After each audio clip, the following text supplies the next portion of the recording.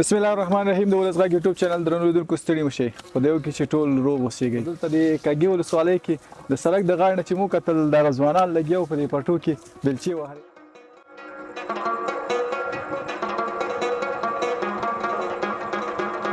خو چې موږ کتل دلته